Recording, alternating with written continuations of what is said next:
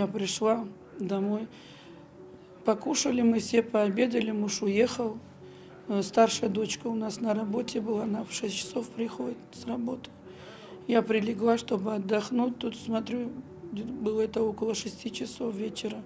Дети забегают, Севиля Суряне говорит, она у нас горит на кухне что-то. Я встала, выбежала, смотрю, горит проводка от рубильника, и выше оно пошло на багет, а с багета пошло на натяжной потолок, это начало все таять, гореть, занавески начали гореть сразу. Я начала кричать в окно: помогите. Хотела что-то там, воду взять, потушить, но было невозможно. В течение 5 минут мы были в доме. Вот оно уже начало, вот все, вот едкий дым поднялся. Я уже, когда выбегала с дома, уже был едкий дым, невозможно было дышать.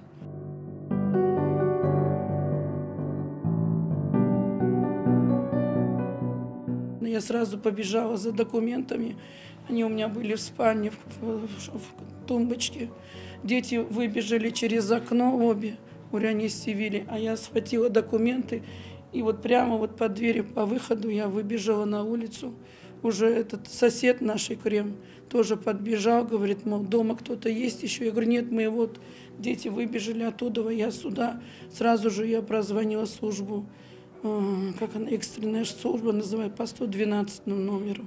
Позвонила, они сразу приняли звонок. Буквально через 10-15 минут пожарные уже были все здесь.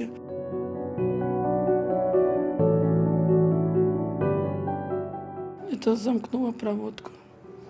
Прямо вот от рубильника шел, видно, вот как вот провод идет в стене. Вот так вот она начала гореть и на багет.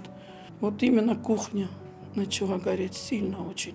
У нас там еще и газовая плита, но баллоны у нас были в гараже. Вот это еще спасло, что не взорвался газовый баллон.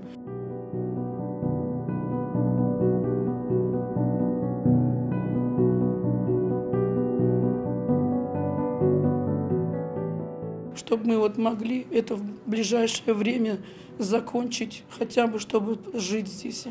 Я не думаю, что прям все досконально, хотя бы закончить дом и вселиться, чтобы мы все вместе в нашем доме жили.